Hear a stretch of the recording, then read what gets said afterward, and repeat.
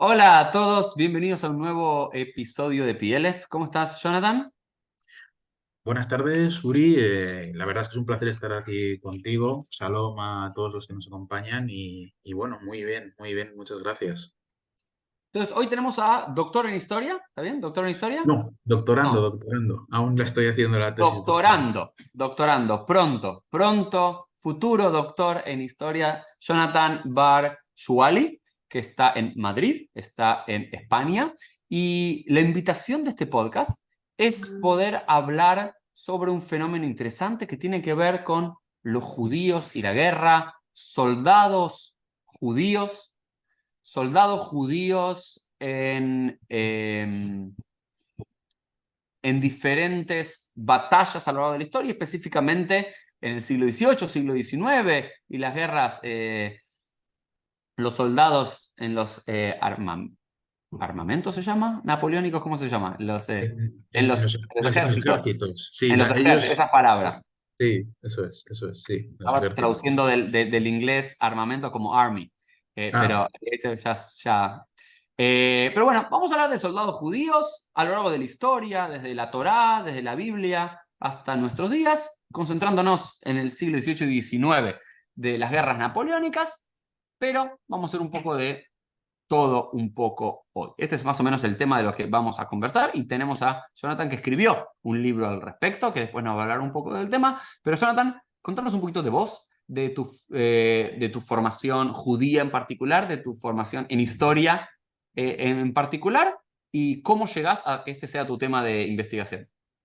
bueno, pues la verdad es que son unas preguntas muy interesantes que si a uno le dan pie podría estar hablando horas, ¿no? Pero así brevemente, yo empecé mis primeras investigaciones en la universidad siendo guerras napoleónicas y minorías étnicas, ¿no? De los ejércitos, un poco ver cómo eran estos procesos de integración entre el siglo XVIII y el siglo XIX, porque aunque yo trabajé principalmente en la época de Napoleón, y también ese espacio que hay entre Napoleón I y Napoleón III, es verdad que todo el origen de la integración, de las carreras por la emancipación a través de la vida militar empiezan en el siglo XVIII, tanto para los judíos como para otras poblaciones, ¿no? Ya no tanto religiosas, sino, pues, por ejemplo, el proceso emancipatorio de la población negra también tiene mucha relación con las Fuerzas Armadas, ¿no? De hecho, yo empecé estudiando Haití. En Haití empecé a encontrar comunidades judías relacionadas con la guerra de independencia de Haití y con otros conflictos previos. Y ahí pues un poco retorné a un objetivo que había tenido yo un poco abandonado hace un tiempo, que era estudiar qué había pasado con los judíos en el siglo XVIII y en el XIX, principalmente ver en qué posición estaba, si qué actividad tenían, era principal, era secundaria, era impuesta por un agente externo. Al dar vueltas empecé a pensar, bueno, todos estos grupos judíos tienen algo en común. Siempre hay una presencia directa o indirecta en las Fuerzas Armadas. Cuando estos judíos del siglo XVIII no intervenían en las Fuerzas Armadas, sí tenían relaciones de comercio con la Casa de Borbón, incluso proveían de armamento. Cuando no era comercio y había algún tipo de integración militar, pues entonces estaban dentro de unidades militares que no eran judías, que es lo más curioso. Aquí empecé a descubrir que había mucho debate sobre la halajá, sobre cómo se debía integrar el judío o no, y luego empecé a darme cuenta de algo y pensé, si estos judíos están en una sociedad no judía, es decir, pues en el ejército francés, por ejemplo, pues entre 1700 y 1800, ¿cómo llevan ese día a día? ¿Qué dinámicas se siguen? Entonces empezamos a ver que hay unos agentes externos que imponen unas normativas sobre estas poblaciones judías. Y así es un poco como yo llego a mi proyecto de tesis doctoral, que es analizar esta vivencia de tropas judías, pero desde el factor externo, es decir, sobre cómo se impone estos discursos, pues, antijudíos o antisemitas, o a favor de la integración, dependiendo cada caso, sobre esta población judía. Y de eso va mi tesis doctoral, y es un tema que yo he estado trabajando por diferentes líneas. Esto me ha llevado a estudiar los discursos rabínicos sobre estar a favor o no del reclutamiento, los discursos de los grupos políticos que surgen a raíz de la escala y varios movimientos, por así decirlo, ¿no? Y es un poco lo que estoy trabajando yo ahora. Maravilloso, ya me atrapaste, me atrapaste, pero hagamos como nos gusta hacer un poquito, o me gusta hacer en PLF, que tiene que ver con hacer historia. Vamos a llegar a ese tema seguramente será la segunda parte, gran parte de nuestro episodio. Vamos con la primera a entender un poco a lo largo de la historia, ¿no? El involucramiento de los judíos en la guerra. Hoy en día uno asocia judaísmo, judío y guerra, soldado con el IDF, con el Tzahal, el Ejército de Defensa de Israel, ¿no? Es la primera asociación. Uno también, por lo menos a mí se me viene a la cabeza, ¿no? Si yo pongo judío soldado, antes de los soldados franceses, en la época de Napoleón, se me vienen las conscripciones obligatorias en la Rusia zarista, y todo lo que ocurrió, ¿no? Digamos, los 15 años o soldados por años y cómo también tenía que ver con un factor también cultural de desjudaizar, ¿no? Y una de las primeras preguntas que se me hace es si en Rusia se da lo mismo que en Francia o pueden mantener más su identidad. Y también, ¿no? Uno piensa en el rey David, ¿no? El rey David como el gran soldado que expandió los límites de la tierra prometida. Se me ocurre pensar en los macabeos como soldados o paramilitares incluso, o guerrillas contra los helenos, los judíos que lucharon contra los romanos, y después es como que hay como un hiato casi en mi cabeza, entre el siglo primero del siglo segundo de la era común hasta siglo XVIII, los estados modernos. Pero sé que quizás no están así, que pudo haber soldados judíos en diferentes milicias durante la Edad Media o Edad Antigua tardía también. Entonces, si te parece, Jonathan, empecemos haciendo un poquito de historia hasta Me llegar parece, a ese me siglo parece XVIII. perfecto. Me Dale. parece perfecto. Pues ahí, en esta introducción que tú nos comentas, hay un elemento que es claro, y hay una continuidad histórica de presencia de fuerzas judías, sea de manera directa o indirecta, con las diferentes fuerzas armadas, desde antes de la Edad Media hasta la contemporaneidad, evidentemente. Y sí, también, efectivamente, cuando hablamos, siempre pensamos que están los Jewish Studies, pero nunca pensamos si hay una military history ¿no? Dentro de esos Jewish Studies, de esos estudios judíos. La hay. Claro, ¿qué sucede? Que al final todo el mundo de la investigación se ha ido en tantas ramas que no se ha unificado en un único corpus la historia militar de los judíos que vivieron, ¿no? Desde después del Beit HaMikdash hasta la diáspora, qué pasó, cómo se integraron, y un poco lo que voy a intentar es hacer un repaso muy, muy genérico para las personas que nos oyen en formato podcast o para las que nos ven a través del canal. Y sí he querido traer unas imágenes, pero que no se preocupen los que nos escuchan en podcast porque realmente no son necesarias para entender esto, porque yo pues lo voy a seguir comentando. Pero lo primero de todo es, claro, en la cultura hispana, en el mundo castellanoparlante, esto se nos hace muy, muy lejano. ¿Por qué? Principalmente porque la mayor parte de los estudios que se han hecho de estas temáticas, pues son donde evidentemente ha habido un mayor factor de población judía dentro de las Fuerzas Armadas. Evidentemente Francia y Alemania. Y, cómo no, Israel. Claro, para los que no seamos ni francoparlantes ni germanoparlantes, o los que no puedan hablar o no entiendan hebreo, están alejados de toda esta dinámica. ¿Y qué sucede? Que nos quedamos quizás con una visión de la historia muy occidentalizada o quizás desde una óptica incluso muy cristianizada, dejando de lado toda una inmensa cantidad de documentación que pueda existir creada por las propias comunidades judías o de los propios estados sobre las comunidades judías. Y ya no estoy hablando de la contemporánea o la moderna, sino pues de la propia Edad Media, por ejemplo, ¿no? Y esto es un tema que realmente deberíamos de sentarnos a reflexionar, porque realmente hay incluso un debate en la comunidad científica si hemos hecho historia judía sin los judíos. Esto es una pregunta que yo a veces me la planteo cuando hacemos historia militar de las comunidades judías, porque verdaderamente estamos estudiando todo lo que surge de la administración, del Estado, de los gobiernos, de los reyes y de los señores feudales. Pero claro, queda quizás en un segundo plano toda esta documentación producida por las comunidades judías, ¿no? Y que está tan alejada del público general, pero en un grado muy, muy alto, la verdad, que yo no, cuando empecé a estudiar este tema, realmente uno se da cuenta de lo alejado que está este tema, la historia militar judía, de la población, ¿no? Em, pero para entender esta integración, primero tenemos que acudir a la Torá, principalmente a la Torá, a la Halajá, a las mitzvot, a todas las referencias clásicas que tenemos sobre la guerra.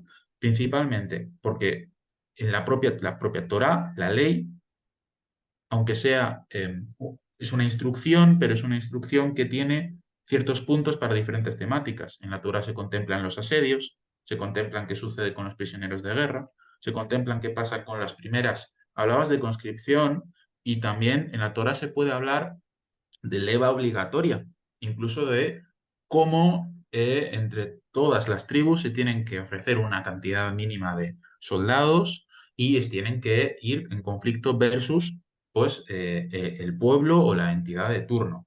Para esto yo quiero compartir el PowerPoint, si me permite la aplicación. Vamos a ver, aquí está.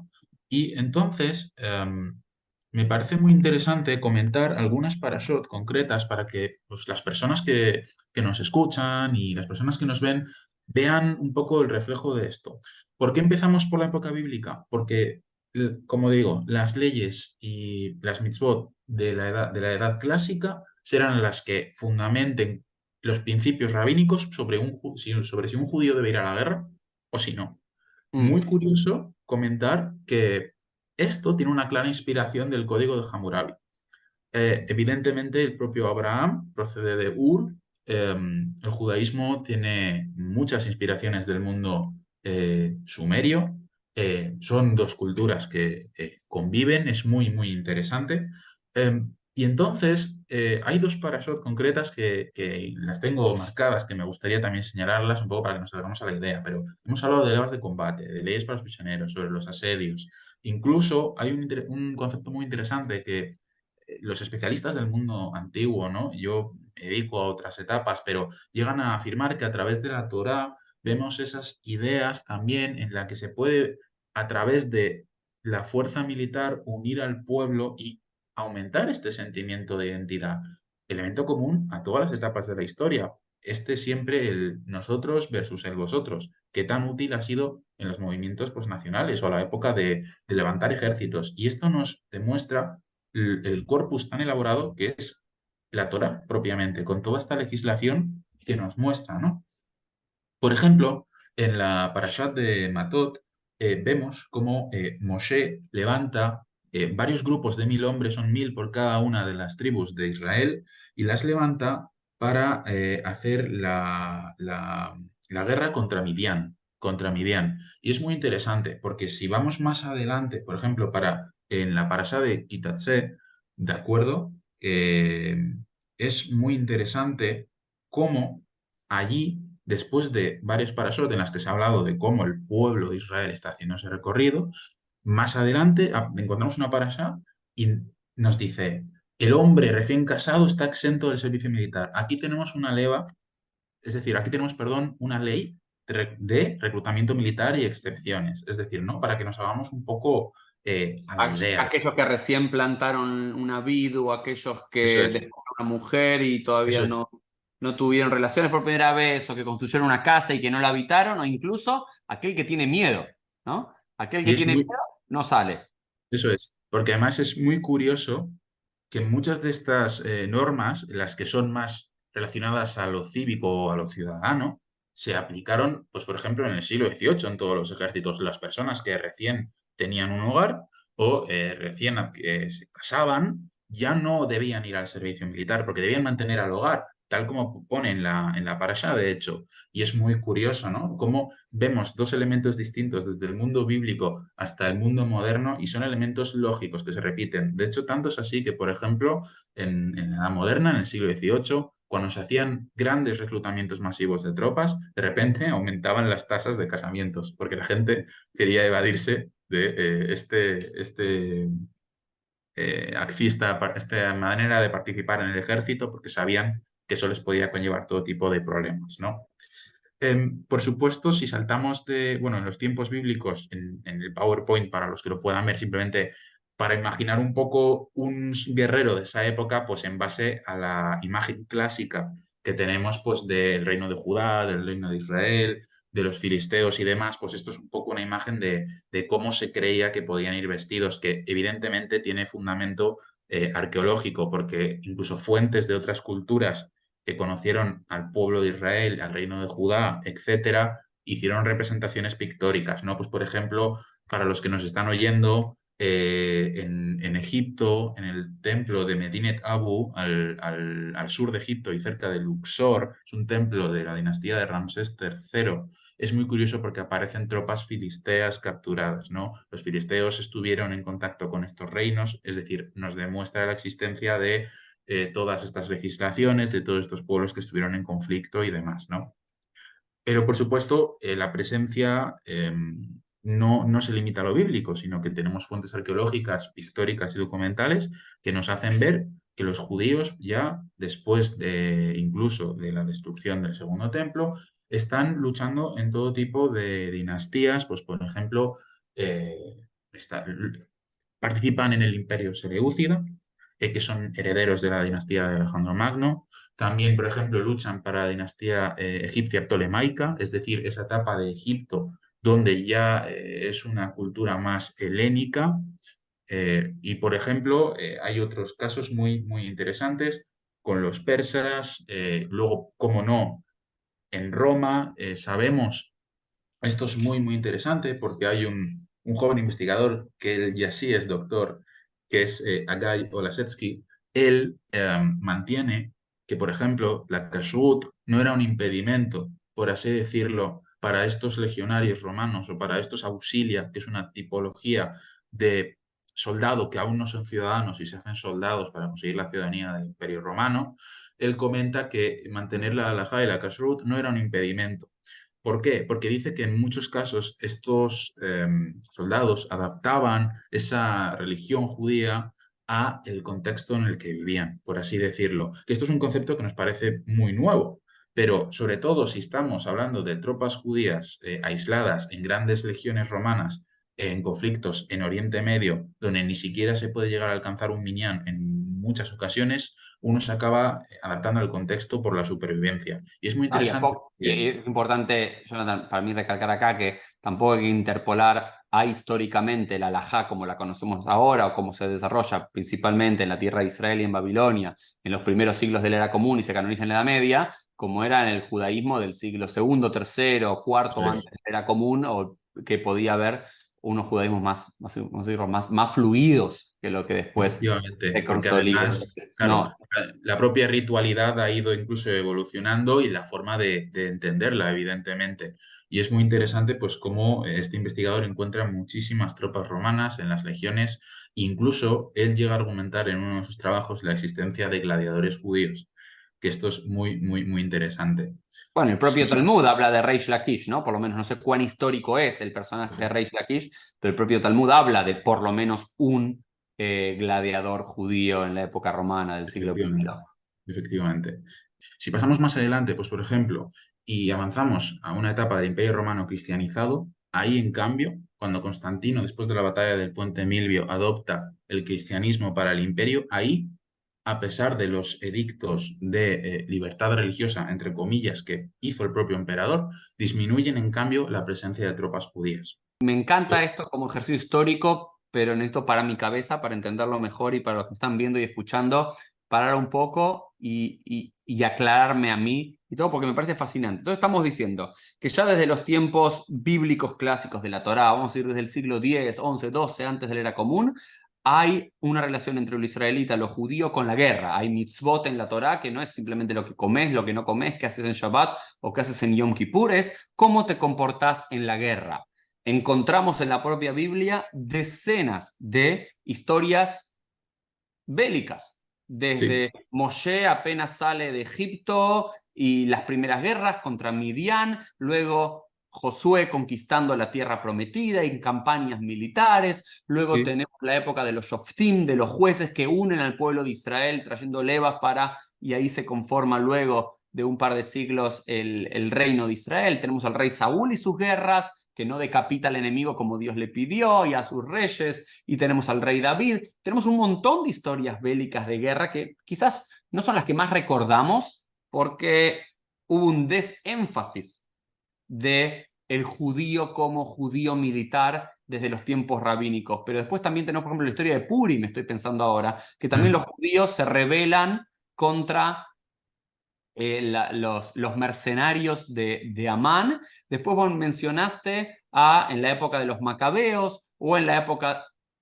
Pero todos estos estamos hablando de judíos en legiones judías, ya sea en la época bíblica o en la época del Segundo Templo, pero vos Claro. también mencionaste que ya desde el siglo tercero, cuarto antes de la era común, digamos en la época de los Ptolomeos o en la época anterior de los Seleucidas, tenemos por primera vez en la historia presencia judía en legiones o en milicias no judías, no israelitas, que ahí Eso quizás es. hay un cambio fundamental, porque la Biblia está legislando, ok, ¿cómo es el ejército judío? ¿Cómo es el ejército de el imperio o el reino de Israel? Eso es lo que está imaginando. Pero ahora hay un cambio cuando ya empezamos a ser minoría en diferentes lugares del mundo, como soldados judíos, ya sea individuales o en legiones enteras, sirven a otros imperios. De hecho, es un cambio de mentalidad muy drástico, porque hablamos del combate a comunidad al combate en pérdida de identidad y en muchos casos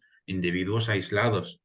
No obstante, por ejemplo, en el caso de las legiones romanas, se sabe que en algunos casos juntaban a los judíos dentro de diferentes grupos. Y aunque en su conjunto no llegaban a ser muchos, sí sabemos que en la totalidad de las legiones llega a haber miles, según ciertos autores. Estos miles, evidentemente, no están todos combatiendo a la vez ni en los mismos frentes, pero los pocos que llegan a coincidir los unen. Esto es una técnica que sucede bastante en diferentes ejércitos a lo largo de la historia, y es coger este grupo de esta identidad religiosa o cultural, en este caso los judíos, los juntamos dentro de una unidad y así se les puede, digamos, reglamentar de una manera concreta para que no sea incompatible, por así decirlo. Por ejemplo, ¿por qué dicen algunos autores que en el caso de las fuerzas romanas el tema de la kashrut no era un problema? Porque en cierto sentido la llegaban a mantener, porque muchos legionarios, no muchos, pero una cantidad mínima de legionarios judíos a veces se podían juntar dentro de ciertas unidades. Y esto les hacía, digamos, una vida más factible, por así decirlo. Entonces, en diferentes etapas de la historia, inclusive en el mundo antiguo, no tienen un conocimiento tan alto de la ley y de la costumbre como quizás lo puedan tener los líderes de la región de la que son de origen. Por eso tampoco se les hace tan difícil, por así decirlo. Me parece fascinante esto. Creo que es un tema que nunca me había detenido a pensar demasiado, pero también tiene que ver con si los militares judíos y los soldados judíos van a estar juntos o separados. También tiene que ver con la política, llamémosla política de Estado. Digamos, si queremos que su cultura permanezca como una minoría de, dentro de la pluralidad de culturas que el Estado el imperio acepten, ok, los ponemos a una legión de judíos todos juntos. Pero si queremos que se asimilen, y lo mejor quizás es separarlos, ¿no? Y pierdan su Claro, identidad. claro, ahí depende un poco de los intereses estatales, porque una cosa es el interés estatal y la teoría, y otra cosa es la práctica en combate.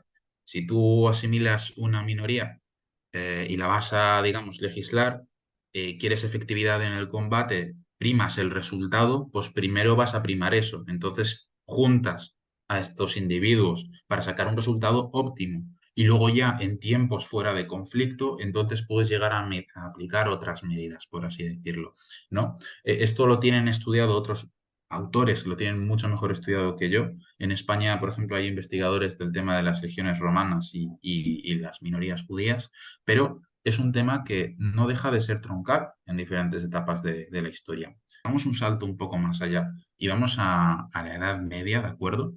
Podemos encontrarnos, por ejemplo, un elemento que incluso ha aparecido reflejado en literatura rabínica y en poemas, ¿no? Por ejemplo, el famoso reino Házaro, que a lo mejor has oído, ¿no? Hablar, que entre el mito, la realidad, la leyenda, sabemos que existen, no queda muy claro en qué momento y el motivo exacto, pero hay un evidente paralelismo. De repente, un rey Házaro en la Edad Media, una dinastía que, a través de que ese monarca ha tenido un sueño, igual que Constantino, curiosamente, adopta el judaísmo para su monarquía y para sus ejércitos. Y ahí si esto es realmente así y localizamos más evidencias científicas, que las hay, arqueológicamente se han encontrado relieves de la menorá, por ejemplo, en aquellos territorios, se han encontrado varios textos y se han encontrado evidencias de que se practicó el judaísmo. Hay un debate abierto en qué medida, si todo el reino realmente, si no, cómo se aplicaban los ejércitos, son elementos bastante desconocidos a día de hoy. Un reino entero convertido al judaísmo y un conjunto de fuerzas convertidas al judaísmo. Sobre todo el paralelismo que es con Constantino, su conversión al cristianismo, de repente la implantación del cristianismo entre todas sus tropas. Quizás uno de los factores también de esta conversión al judaísmo por parte de los házaros es la importante presencia de tropas judías y la necesidad también de unificación, por así decirlo, para hacerlo más compatible y hacerlo más óptimo. Insisto, yo no me he especializado en esta temática, pero sé que es una de las ideas que también se pueden debatir, de hecho, ¿no? En líneas generales estamos viendo, ¿no?, diferentes etapas en Europa, en Asia, donde hay presencia de tropas. Por ejemplo, otro punto muy interesante puede ser en la Edad Media. Se habla incluso de, con la entrada musulmana en España, ¿de acuerdo? Se habla de oficiales judíos. Incluso se habla de que en la guerra civil, en España hay una guerra civil que es la guerra civil de los Trastámara. eh, Se conoce, por ejemplo, porque acaba haciendo daños colaterales a Samuel Aleví en Toledo. Los que conozcan la sinagoga, pues estamos hablando de esta época.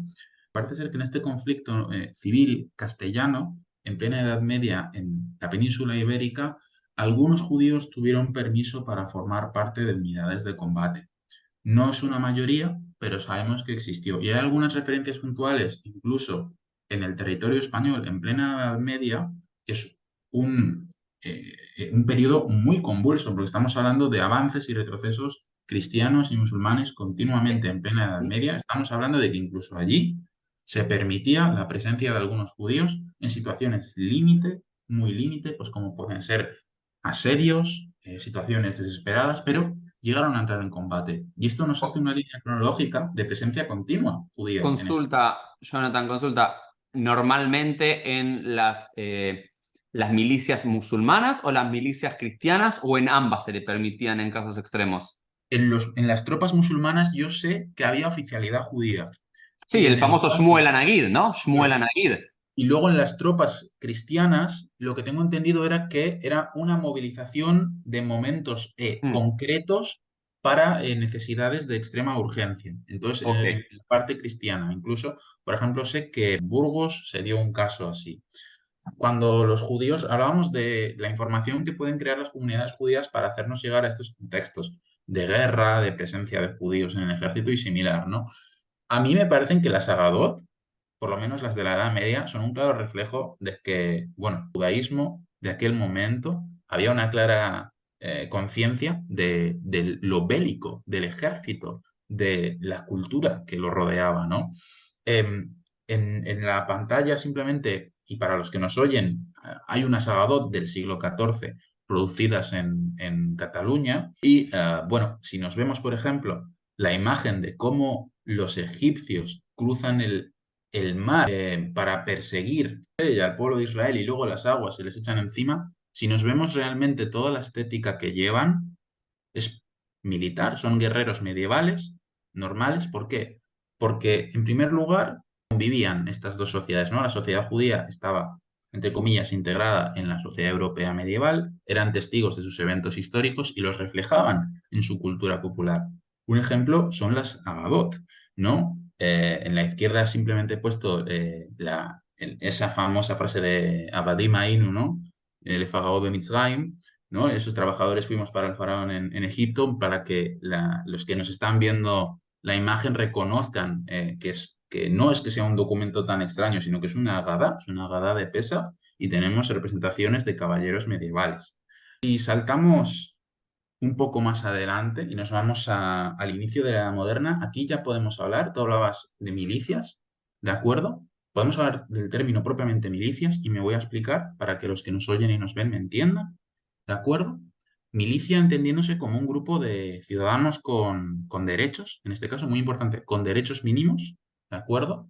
que esto no era siempre común dentro de las poblaciones judías, ya que las poblaciones judías durante una larga etapa de la historia en Europa y en Asia han estado subyugadas a una normativa propia porque eran protección del señor tal, del señor feudal tal, o de la monarquía o del gobierno de turno, ¿de acuerdo? Esto es importante. Si tú estás supeditado a una normativa que solo te permite o te limita de cierto modo unas actividades en la vida pública, no puedes participar como ciudadano de pleno derecho en las milicias. Esto los judíos de repente se dan cuenta y dicen, si participamos en las milicias, por así decirlo, cívicas o ciudadanas a lo largo de este periodo, ¿no? Del siglo XV al XVIII en Europa Central, podemos tener un mayor acercamiento al Estado, un mayor acercamiento a la sociedad, un aumento de nuestro comercio, etcétera. Y de repente vamos viendo que evidentemente en Polonia, en Suecia, en las colonias del Imperio Portugués, en el Brasil, de repente, claro, hay conflictos bélicos continuos. Y en todas esas zonas tenemos judíos sefaradíes eh, que han sido expulsados tras las expulsiones de Portugal y España, ¿no? En esa década de 1490. Y claro, hay una dispersión por diferentes estados europeos, pero los conflictos bélicos es que no paran. Entonces, claro, estos judíos se empiezan a integrar, por ejemplo, en el Surinam holandés, en este caso, ¿de acuerdo? En territorio ultramarino, surgen algunas de las milicias más importantes, en este caso en el siglo XVIII, de judíos sefardíes. Tanto es así que estos judíos sefardíes incluso llegan a participar en los conflictos bélicos que hay en la zona, tanto las invasiones extranjeras como intentar frenar todas las revueltas de esclavos que hubo en aquella zona, porque las revueltas de esclavos afectaron tanto a cristianos como a judíos, evidentemente. Aunque el trato de los judíos respecto a los esclavos de las colonias era distinto, en muchos casos incluso intentaban la conversión, digamos, de estos esclavos para integrarlos en sus plantaciones como trabajadores, también les afectaron las revueltas de esclavos. Claro, estos judíos estaban desamparados en el caso de las colonias. Tenían que formar grupos armados propios, porque los cristianos no les aceptaban en esos grupos armados. Los veían como unos ciudadanos de una segunda categoría, un tipo de ciudadano que, por ejemplo, en ciertos días a la semana no tenían ni siquiera el derecho de salir a la calle. Como un breve ejemplo, no tenían derecho a comerciar en ciertos sectores de la sociedad, no tenían derecho a entrar en ciertos oficios, no estaban aceptados en todos los gremios, las organizaciones de trabajadores. ¿Cuál es la manera de remediar esto? Crear una milicia al servicio de la institución de mando local e integrarse un poco en la sociedad, por así decirlo. Pues en el caso de las colonias es muy famoso el de Surinam, por ejemplo, pero en Polonia o en estados del norte tenemos milicias en el siglo XVI y en el XVII, pues en situaciones de asedio. Judíos que se le Son han... milicias plenamente judías que se sí, estamos ponen hablando... al Sí, sí, servicio eso de es. el Eso es. gobernador, el rey de turno, y le dicen, prestamos nuestro servicio a usted. Claro, efectivamente. Y Ok. esto es muy interesante, porque estas milicias, aunque se levanten, pues por ejemplo en el 1600, en el 1500 y pico, siempre las acaban disolviendo inmediatamente. Los monarcas no quieren mantenerlas después, o los señores feudales, o la nobleza que mande, no quiere mantenerlos Mm. después. ¿Por qué? Porque significa un acceso a la vida pública. Aunque nosotros pensemos que el concepto de milicia es del siglo XVIII y XIX y eso te da acceso a la vida pública, realmente eso ya es anterior. Y iremos viendo a lo largo de todo el siglo XVIII e incluso el siglo XIX cómo los judíos van recuperando las milicias pues para proteger las sinagogas, para proteger los barrios, en situaciones de, insisto, de asedio, de conflicto, ¿no? Y aquí en todos estos momentos, los rabinos de repente dirán, claro, hay que cumplir la ley, ¿qué pasa con las mitzvot? ¿Qué dice, por ejemplo, Rambam sobre la guerra, sobre si la guerra es necesaria o si no, ¿no? Maimónides. No, y aparte, Eh, yo ahora me pregunto, no sé, la pregunta de si había conflictos bélicos entre dos imperios, si los judíos adoptaban la política famosa drusa, ¿no? Hoy los que conocemos un poco de Israel sabemos que los drusos son leales al país de origen y que incluso luchan contra sus hermanos, primos, parientes drusos en otros lugares, pero sirven al país de origen. Hay datos históricos de judíos enfrentados en milicias cómo respondía, no sé, no, me parece, nunca lo pensé. Por ejemplo, durante una etapa bueno, de la Edad Moderna están las famosas invasiones tártaras, ¿de acuerdo?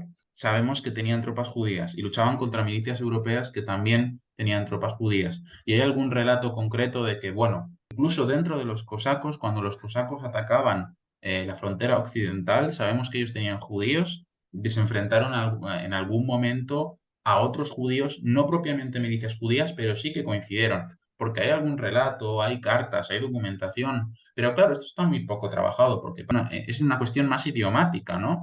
Estos estudios están escritos en cilírico o están escritos en idiomas de la Europa Oriental que los investigadores occidentales no siempre tenemos acceso a ello, ¿no? Por así decirlo. Por eso, ese es el gran problema de la historia militar judía, que es todo muy, muy concreto. Si vamos al siglo XVIII, finales del XVIII y XIX, que hay judíos que se encuentran entre ellos. Claro, en este momento hay que tener en cuenta la idea de la escala. ¿Por qué hablo de la escala? Porque en la escala se aboga por que aunque el Estado tiene que respetar la religión, el judío tiene que integrarse en el Estado. Esto significa que ya no se va a luchar, por así decirlo, por el pueblo de Israel, sino que luchas de la mejor manera que puedes por el estado en el que estás o por tu rey. De hecho, por ejemplo, si retrocedemos y vamos al siglo XVI y al XVII, los judíos tienen bastante claro, por ejemplo, pues en Polonia o sí, en Polonia, en Alemania, etcétera.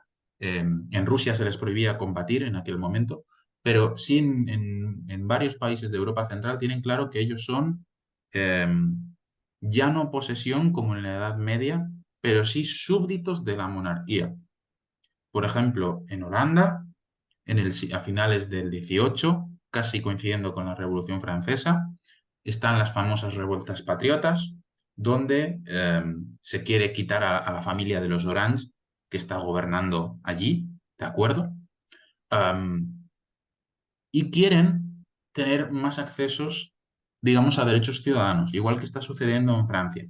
Quieren otros estatutos diferentes, quieren una reorganización del sistema comercial, del sistema electoral. Claro, pero estos patriotas holandeses que quieren echar a los Orange no quieren que los judíos participen en estas revueltas, ni que estén a favor de ellos, porque si lo hacen, tendrán que darles también estos derechos a los Mm. judíos, ¿no? Los judíos en estas revueltas se posicionaron a favor de los Orange, porque ellos sabían que eran súbditos de la casa gobernante. Un ejemplo, esto solo es un ejemplo de lealtad. Este ejemplo de lealtad a monarquías concretas es muy común en el siglo XVIII, en Europa Central. Aquí, por ejemplo, uno de los reyes Pero que la mejor... lealtad, tengo una pregunta más, es la lealtad, jurar lealtad a ellos, no había ninguna implicancia militar, porque o los Orange sí los tomaban como soldados para defenderlos. No, era una lealtad cívica, era una Eso lealtad... es lo que me refiero. No es que estamos hablando de una lealtad, entonces nos ponemos en armas para defender Claro, al claro. gobernante de turno. Ok. Pero, por ejemplo, si hablamos de los judíos holandeses, que en este siglo XVIII sí que tenían milicias en las colonias holandesas, estamos hablando de señores propietarios de tierra, eh, asentados, entre comillas, bien socialmente, que participan en estos grupos ciudadanos armados y, por ejemplo, pues en las colonias sí que están habiendo jurado lealtad a la casa de los Orange. Están al otro lado del mundo porque están en las colonias, pero sí han prestado una lealtad. Pero es que el concepto de lealtad siempre se tiene que entender en una primera instancia como un elemento de cara al siervo o al ciudadano y la casa que mande o la monarquía que mande. Y después de eso militar, evidentemente. Entonces, digamos que, por ejemplo, bueno, estoy anticipándome, ¿no? Pero ahora un poco más adelante, cuando entremos más en la época napoleónica, pues veremos un caso de lealtad militar de judíos, por ejemplo, también en Holanda y en Francia, ¿no? A los gobiernos que estaban en esos momentos. Pero, por ejemplo, un caso muy interesante de respeto ciudadano de estos judíos a través de las armas. eh, Insisto, siempre había varias opiniones, los grupos judíos nunca eran uniformes, tenemos que entender que cuando hablo de grupos judíos o comunidades judías, es imposible que todos pensaran lo mismo, que todos abogaran por una integración, que todos abogaran por un servicio militar, que todos abogaran por una participación en las armas, ¿no? Entonces hay un caso muy curioso, que es el de José II del Sacro Imperio Romano Germánico, un poquito antes, ¿de acuerdo?, de la Revolución Francesa. José II es uno de los primeros que da unas libertades de culto a la comunidad judía, y José II tiene una corte, digamos, de filósofos y pensadores que dicen, ¿qué es lo que hace al judío? Por así decirlo, ellos pensaban, el judío es incompatible con nosotros. ¿Cómo lo podemos integrar, ¿no?, en el Estado? Y por otro lado, si lo integramos en el Estado, es lógico, o tiene lógica, o tiene sentido meterlo dentro de las Fuerzas Armadas. Pues en este caso, una gran parte de estos pensadores pensaban que no, principalmente por la halajá, mitzvot, kashrut, etcétera. Otros pensaban que todo lo contrario, que si se los agrupaban grupos concretos, como hemos hablado, es decir, dentro de grupos de combatientes solamente judíos, eh, habría una alta posibilidad de aceptar que estos combatientes lucharan con efectividad, por así decirlo. ¿Y qué sucede finalmente? Pues un poco lo que se hará también más adelante. Se hacen unas leyes de reclutamiento, ¿de acuerdo? Unas leyes donde se hacen unas masas de soldados en el Sacro Imperio. Tenemos que entender que el Sacro Imperio, pues es que es Hungría, es Austria, es la Europa de los Balcanes, etcétera, ¿no? Entonces, por ejemplo, dependiendo del territorio, lo que hace José II es va viendo cuál es la opinión de los diferentes judíos, de las diferentes comunidades judías y sus líderes rabínicos. Pues, por ejemplo, una gran parte está en contra, ¿de acuerdo? Y una gran parte incluso lleva a hacer deserciones de cuando les reclutan y les meten en las unidades, llegan a desertar, escapan, huyen, por diversos motivos, principalmente porque ellos opinan, en aquel momento, muchos de los pensadores, de los rabinos de esa época, pensaban que si no había una única institución, como podría haber sido quizás el Sanedrín en tiempos bíblicos, que en coalición con el rey de Israel debían confirmar si una guerra pues, era necesaria o si no, y en este sentido que el pueblo de Israel vaya a la guerra o si no, pues sin esta institución central eh, que dictamine realmente cómo actuar, no estaban de acuerdo en que muchos de sus creyentes acudieran al servicio de las armas. Mm. Entonces, ¿qué pasa? La palabra de los rabinos en aquel momento era muy efectiva. Muchos judíos desertaron. Había un sector más cercano a los territorios propiamente alemanes, Berlín, demás, influenciado por la órbita de Moses Mendelssohn, que incluso él abogaba por la eliminación del yiddish, hablar alemán, pero por supuesto mantener la religión, y de acuerdo, vemos unas opiniones divididas. ¿Qué hace más difícil aún la inclusión judía dentro de estas fuerzas en el caso del Sacro Imperio? Pues que no se les estaba juntando principalmente en grupos judíos. Esto era una recluta y te llevamos a las unidades. Entonces tú puedes terminar aislado. Estamos hablando de los primeros ejércitos nacionales. Irónicamente, se estaba intentando evitar los localismos y los grupos identitarios que pudieran fragmentar esta integración ciudadana. Aquí viene la idea sobre si el judío, para ser ciudadano en el siglo XVIII y luego en el XIX, tiene que renunciar a ser judío. Claro, aquí hay un dilema y hay un debate. Tú puedes seguir siendo judío. ¿Qué dicen las monarquías? Tú puedes seguir siendo judío. Lo que no puedes seguir siendo es el pueblo de Israel. Es Mm. decir, yo no puedo aceptarte Una si tú... religión en una nación, una Eso religión, es, una espiritualidad y no un pueblo. eso es.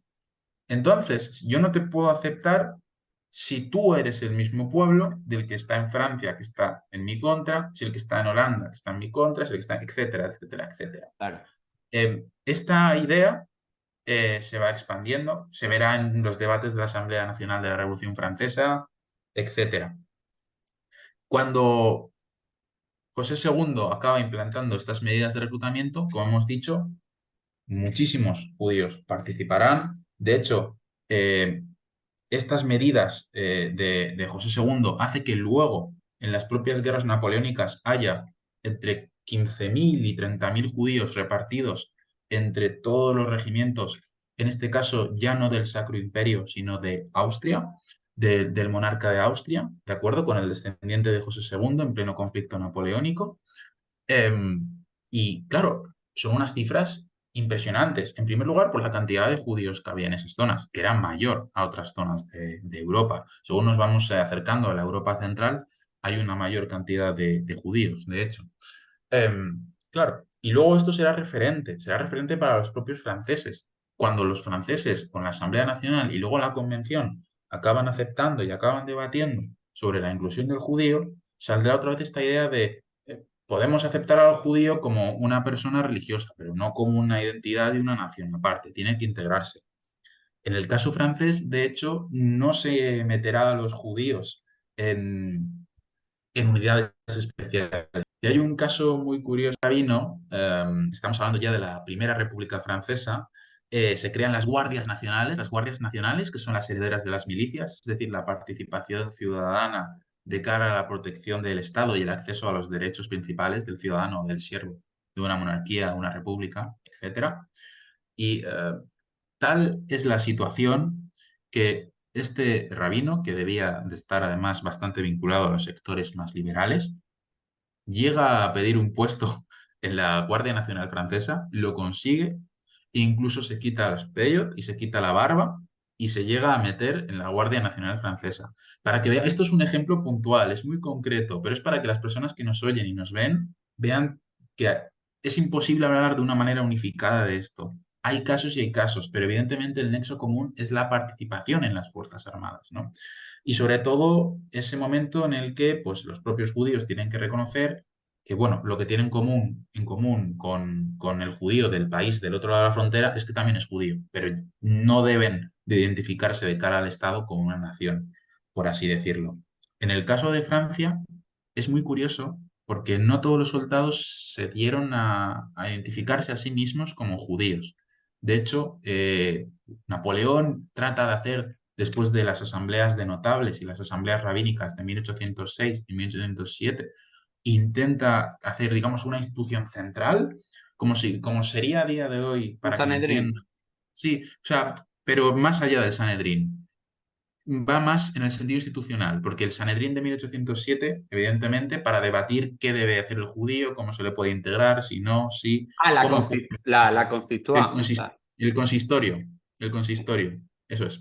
Entonces, cuando en 1808 tenemos ese consistorio israelita, donde es una, lógicamente hoy lo pensamos y aquello debía ser un choque conflicto de debates, porque se juntó a los sefardíes, se juntó a los askenazim, se juntaron los diferentes movimientos rabínicos que había a favor y en contra. Es decir, había una cantidad, una gran diversificación cultural inmensa y una multitud de opiniones. De todas las tropas que el consistorio hizo recuento de se han identificado como judíos, sabemos que son judíos, solo había localizados en 1808 797. Claro, Wow. para un imperio francés que llegó a levantar más de 1 millón de hombres en armas, es extraño, muy extraño. Sobre todo si tenemos en cuenta la población judía de Alsacia y Lorena o de las zonas de costa. En un estudio más reciente de un investigador independiente israelí, un colega mío, Samuel Roca, eh, registrando cada una de las listas de reclutamiento de todos los regimientos, cuando estudiamos los regimientos franceses, hay unos libros donde pone, este señor es hijo de tal, nació en tal lugar y tiene tal edad, entró con tal lugar y esta es su descripción física. Aquí ponen los apellidos. Nosotros, con un estudio genealógico, el investigador Samuel Roca ha localizado, a día de hoy lleva ya 3.000. 3.000. 780, 3000 ya pasó y si sigue investigando un poco más, Sí, podemos sí, seguir sí. viendo. Ok. Claro, pero lo interesante es que en la propia época, al alto consistorio israelita, esa institución central que unificaba a todas las comunidades, solo tenía un recuento de 797. Esto puede ser por la asimilación, por evitar a darse a reconocer como judío, etcétera. Hay varios factores, pero si nosotros hacemos un estudio concienzudo a día de hoy y vemos la genealogía y vemos los apellidos, hay más de 3.000 individuos judíos en la Gran Armée de Napoleón, ¿no? en este sentido, es muy interesante lo que sucede en Holanda. Y antes te he dicho, no quiero hacer spoiler, no quiero anticiparme, pero llego ahora a lo que te quería contar de Holanda. Me decías la lealtad militar.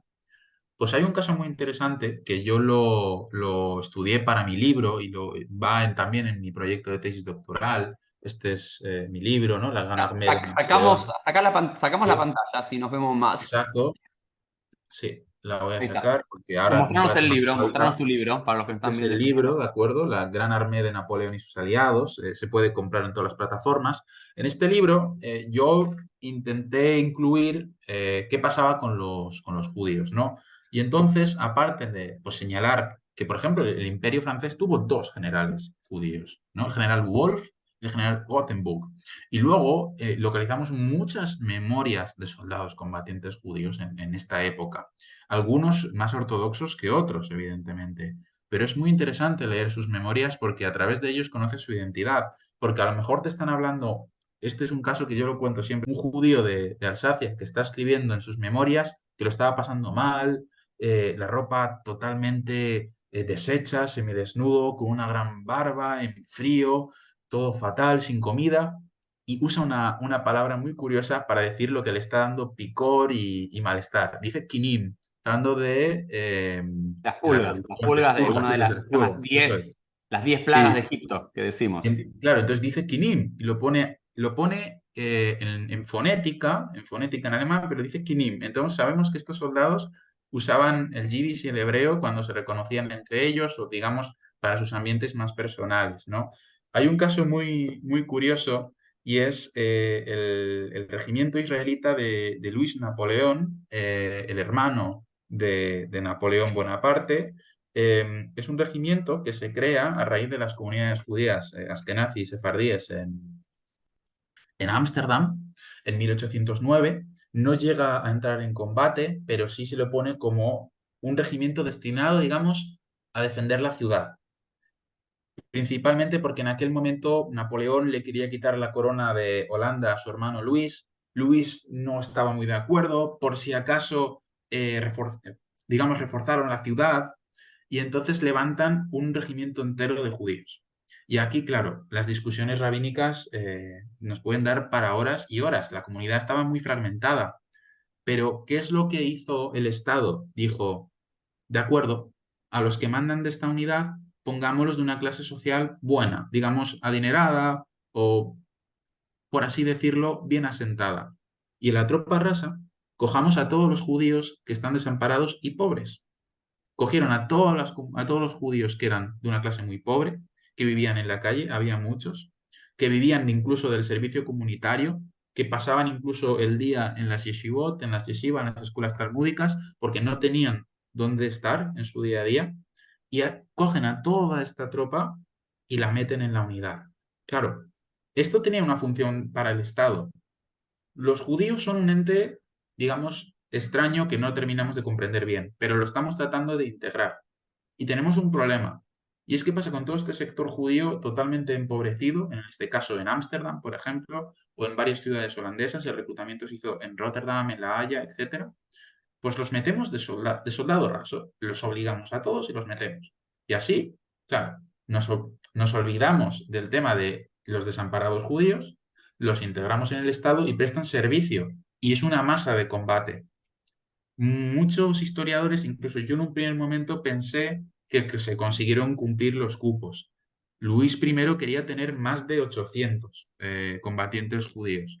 Finalmente, y pues a raíz de varias cartas y de documentación de archivo, hemos descubierto que no superaban los 400 judíos. Hay muchísimas historias con esta unidad, incluso uno de sus oficiales murió.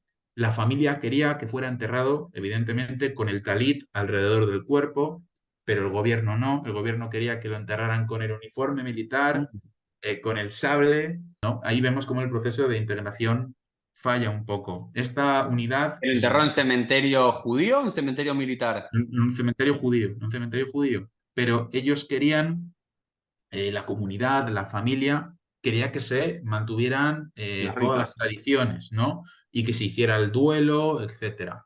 Claro, el Estado lo que quería era que aquello fuera un hecho, en este caso Luis Bonaparte, Luis I Bonaparte, Holanda, rey de Holanda, lo que quería era usar este caso, por ejemplo, como mirad, los judíos luchando por la patria y por nosotros están completamente integrados, están a favor del Estado. Aquello era así, no del todo, de hecho es que había un cisma impresionante. Una de las primeras corrientes liberales, una de las primeras keilot liberales, de hecho surge en este contexto, que era Adat Yeshurun, era una sinagoga fundada por los seguidores del pensamiento de Moses Mendelssohn en Ámsterdam, y eran tanto Askenazim como Sefardim. Ellos querían que los judíos lucharan, que formaban parte del reclutamiento militar y que se vieran completamente integrados. De hecho, tenían imprentas y librerías donde vendían toda esta documentación, discursos a favor de entrar en el ejército holandés. Eh, Tenemos que seguir el ejemplo de nuestros hermanos franceses en la República. Tenemos que seguir el ejemplo de nuestros antepasados en las milicias coloniales en Holanda. Tenemos que ser como, incluso citan a los macabeos, incluso dicen, no, es que en Yad HaSaká, Rambam hace el comentario que según esta idea, según esta teoría, nosotros podemos participar en las Fuerzas Armadas. Y es muy interesante porque ves incluso una Keilah, una comunidad con su sinagoga, que ha hecho una ramificación completamente radical, se ha salido de las comunidades ortodoxas tradicionales y uno de sus discursos políticos principales es participar en las Fuerzas Armadas. Esto es una de las peculiaridades de Holanda durante las guerras napoleónicas, ¿no? Y claro, todo esto acaba influyendo, pues, las etapas posteriores. Pues, por ejemplo, habíamos hablado que en Rusia, y esto es muy interesante, aquí sí que vuelvo a poner un segundo el PowerPoint, una vez encontramos grupos políticos judíos dentro de las Fuerzas Armadas. Hay un investigador que es Yohanan Petrovsky. Él localizó una sociedad política judía militar rusa y ellos se llamaban Shomrei Emuná, ¿no? Esos guardianes de la fe. Y interesante, estos son los estatutos originales, ¿no? Que ellos hicieron al fundarse como sociedad patriótica. O sea, realmente ellos lo único que estaban haciendo era lo mismo que había en otros países, militares que hacen sociedades patrióticas y políticas a favor del Estado, a favor de las libertades y demás. Pero claro, es muy interesante, y lo leo brevemente, porque dice esto su estatuto, para cumplir consistentemente cada mandamiento. Nosotros, y dice, militares judíos, estableceremos estatutos y ordenanzas con el objetivo de alabar y expresar nuestra gratitud a nuestro Dios. Es decir, se autoidentifican como judíos, se va a seguir manteniendo el culto judío y ven la necesidad de crear un minyan, de crear una pequeña keila dentro de estos grupos militares para mantener su identidad, ¿no? Yo creo que además uno de los casos más interesantes sobre lo que me preguntabas, cuando están divididas en dos partes, ¿cómo saben, por así decirlo, a quiénes son fieles? Yo creo que la guerra franco-prusiana o las guerras de Mm. liberación alemanas de 1813, la guerra franco-prusiana estamos hablando de 1870, y las guerras de liberación alemanas contra Napoleón 1813, es un caso muy claro, porque, por ejemplo, los alemanes no permitían el servicio militar judío hasta 1813, cuando levantan muchas unidades de combates para atacar a las fuerzas imperiales napoleónicas. Y en el caso de la guerra franco-prusiana, son muy famosas las estampas de los Yamim Noraim, ¿no? De Yom Kippur, de Rosh Hashanah, sobre soldados franceses y soldados alemanes, cada grupo rezando por su propia cuenta en sus propios cuarteles o en sus propias bases, a la vez que se está dando un conflicto bélico, que muchas de esas imágenes, aunque los eventos fueron reales, no fueron ni en el lugar ni como se describen, porque aquí las comunidades judías políticas y el Estado tenían un gran interés en incentivar que pues, habría una gran cantidad de judíos, fieles militares, etcétera. Entonces, muchas de estas estampas, litografías y demás, pues como puede ser esta famosa de Metz, de un Col Nidre, ¿no? De 1870, de soldados prusianos, que muestra muchísimos judíos, ¿no? Con el Hazán y demás, pues verdaderamente no sabemos si fue así exactamente. Sí sabemos que se reunieron en algunos lugares, en algunas casas, hicieron las tefilot, etcétera, ¿no? Pero un poco el interés del Estado por promocionarse y luego el interés de las comunidades por decir, somos fieles súbditos a... Incluso hay varios cuentos sobre judíos de ambos bandos que se encontraban y decían, no, es que es una mitzvah hacer correctamente, digamos, el servicio o el ser un buen guerrero, Entonces, no pasa nada si tú eres judío y yo también soy judío y estamos en dos bandos distintos, ¿no? Sino que nos podemos enfrentar sin mayor problema, ¿no?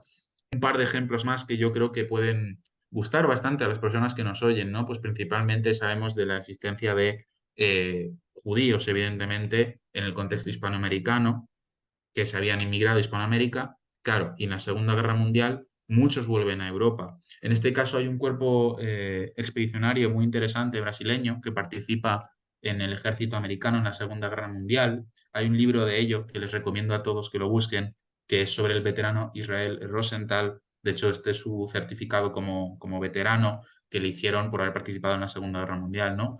Pero el contexto de los judíos, pues en la Primera y en la Segunda Guerra Mundial hablamos de cifras increíbles. Por ejemplo, en la Primera Guerra Mundial los británicos tienen hasta 50.000 judíos combatientes, los estadounidenses más de 100.000, a los alemanes también 100.000.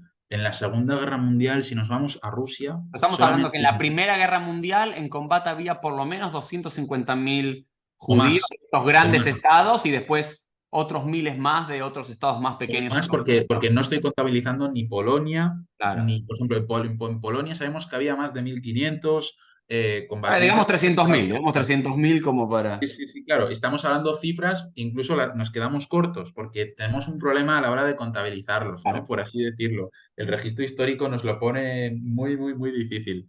Y claro, surgen todas estas imágenes famosas de judíos del Imperio Austrohúngaro, ¿no? Con el talit, haciendo tefilá, haciendo minyan. También hay imágenes muy famosas, quizás un poco más desconocidas. Estas no son tan famosas, que son las de los prisioneros rusos, por ejemplo, haciendo minyan también, las famosas pues, del Imperio Austrohúngaro, ¿no? Como, o la figura muy interesante a raíz del servicio militar, la necesidad de Del que haya capellán. claro, un rebe, un capellán castrense para la religión judía. Bueno, tanto es así que el Kaiser Guillermo, cuando habla de la entrada de la guerra en Alemania, dice, no distinguiré religión entre mis ciudadanos, sino que lo que tendremos son ciudadanos, sea cual fuera la religión, creencia o pensamiento o cultura, para el servicio del Reich alemán y para la defensa de Alemania en esta Primera Guerra Mundial. Los alemanes y los austrohúngaros serán no de los primeros, pero sí de los que más cantidad tendrán de capellanes castrenses. Hay muchas imágenes muy interesantes que las pueden buscar todos en internet o en archivos online. Pues en este caso, a la izquierda hay una muy interesante de judíos austrohúngaros, también en Yamim Noraim, y a la derecha, pues capellanes castrenses que tenemos el rabino, el cura protestante y el cura católico, ¿no? Es muy interesante. También, otra vez, la idea de la documentación propia producida por los judíos o por los agentes externos. Claro, no solo la sociedad cristiana ha padecido todos los males de las guerras mundiales, evidentemente también los judíos, porque estaban envueltos en ellas como ciudadanos de esa Europa que eran, y tenemos muchos documentos, cartas, dibujos, incluso de judíos prisioneros en campos en la Primera Guerra Mundial. Y al final lo hay de diferentes épocas y etapas. Tenemos claro más o menos cómo lo debía vivir el judío. Y la pregunta es, ¿cómo ve esto la persona que no es judía? ¿Realmente es un aspecto positivo o no lo es, ¿no? Que es a mí siempre lo que a mí me ha llamado la atención, cómo el no judío ve esta inclusión de los judíos en las Fuerzas Armadas o no. Pues claro, si tú aceptas más ciudadanos y les das derechos, como hablábamos antes, les haces formar parte del sistema electoral, del comercio político, etcétera. Evidentemente hay muchos sectores que no van a estar a favor de esto, sobre todo, pues, por ejemplo, en los sectores relacionados con las materias primas, los sectores más manuales, etcétera, ¿no? Y es muy interesante cómo después de un gran proceso emancipatorio, porque si algo tienen las Fuerzas Armadas de cara a las minorías religiosas es que es su línea para acceder a los derechos básicos. Yo soy Ujú. soldado, entonces soy ciudadano. Y es la única forma que tienen para participar en ese concepto de ciudadano del Estado. Y en el siglo XIX es evidente. Y en la época en la que se da, por ejemplo, el caso Dreyfus, ¿no? Estamos hablando de la Europa de 1890, la participación de los judíos en el ejército francés era tremenda. Y en cambio tenemos un proceso de vuelta atrás de... Pero claro, Dreyfus solo es uno de los miles de casos Dreyfus que hay. Si leemos diarios de soldados, por ejemplo, franceses del siglo XIX, tenemos historias como las de Dreyfus por todas partes y son muy comunes.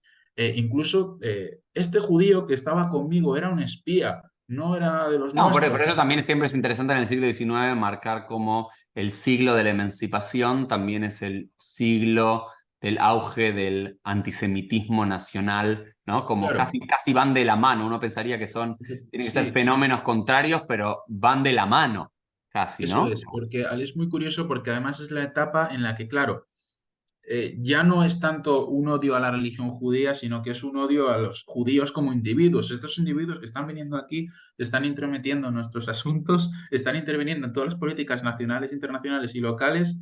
¿Qué hacemos con esto? Y encima nos están quitando los puestos de oficialidad, nos están quitando los puestos de tropa. Hay un conflicto, evidentemente, socio-político, económico, y en el 19 es claramente, evidentemente, como tú señalas, Uri, ¿no? Pero a lo que me refiero, Dreyfus es solo Uno. uno de los muchos que hubo en Austria, en Polonia, en Holanda, en Francia. En mi caso es lo que conozco yo, Francia, porque es lo que he estudiado. Ah, Jonathan, ya nos pasamos de la hora Sí, sí, sí, y nos sí, nos pasamos pasamos. bastante, pero me quedaría escuchándote otra hora más por lo apasionado que sos, por lo que sabés y aparte por lo que dispara, ¿no? El tema. Tengo una pregunta, un número, porque vos dijiste que en la Primera Guerra Mundial podemos hablar de arriba de 250.000 más otros de arriba de Sí. 300. ¿En la Segunda Guerra tenemos algún número para tener una noción? En la Segunda Guerra Mundial se sabe que Entre más, Rusia y sí, Estados en la Unidos, ¿no? Segunda Guerra Diría. Mundial, Yad Vashem llegó a decir que había más de 1 millón de judíos en la Segunda Guerra Soldados, Mundial. ya sea en Estados ¿Cómo- Unidos, cómo? en Gran Eso es. Bretaña o en Sí, Rusia, digamos, como sí, sí, grandes sí, sí, sí. ejércitos. Estos son Claramente las cifras, en el alemán no había, ¿no? En este caso. claro, estos son Pero las cifras que llegó a decir Yad Vashem, efectivamente. estamos hablando, yo quisiera, a modo de conclusión, ¿no? O por lo menos una conclusión quizás para invitarte una segunda oportunidad a hablar, ¿no? Antes de empezar el programa me dijiste, gracias por invitarme, la gente no suele estar muy interesada en el tema. A mí me parece apasionante, a mí me parece apasionante pensar en las milicias judías, en los soldados judíos, en los conflictos identitarios judíos y el mundo militar, en la percepción del no judío hacia el judío y en cómo las comunidades judías responden a esta apertura, ¿no? Es decir, es un proceso emancipatorio, es un proceso para volver a los ciudadanos, algunos queremos, otros no, preferimos, ¿sabes qué?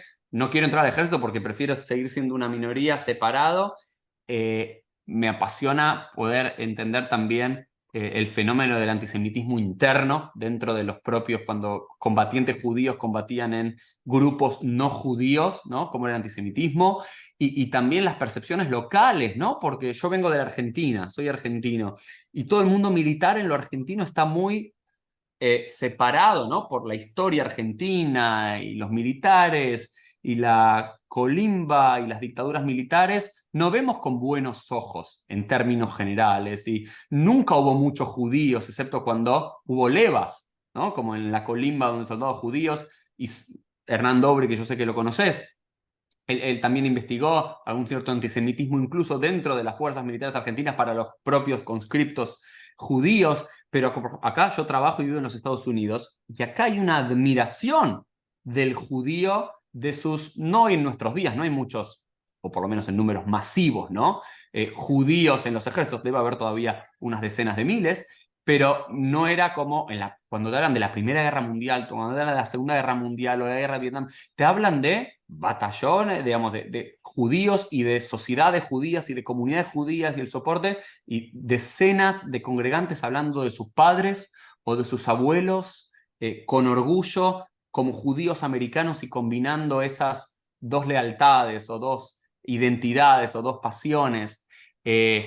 Y por último, quería agregar algo, desde escuchándote, también hay como una noción efectuada mucho por los rabinos en los primeros siglos de la era común, lo que yo digo de pasar del guerrero militar al guerrero en el estudio de la Torá, ¿no? Y yo me dediqué a investigar también bastante cómo los rabinos a través del Midrash cambian la figura de aquel guerrero militar en la guerra. No, ya no somos guerreros militares, ahora nos ocupamos, es la guerra en el estudio de la Torá, es la batalla. Incluso se utiliza mucha terminología militar para hablar de los gladiadores o de los que portaban armas, los portaarmas y la guerra en el estudio de la Torá, porque los judíos nos ocupamos de estudiar la Torá, y tanto como afuera también, el judío cabizbajo, el judío no viril, ¿no? El judío no ese homo, ese alfa, ¿no? Ese hombre fuerte y demás, pero vemos como a través de toda la historia siguió habiendo soldados judíos, ya sea independientes, ya sea a través de milicias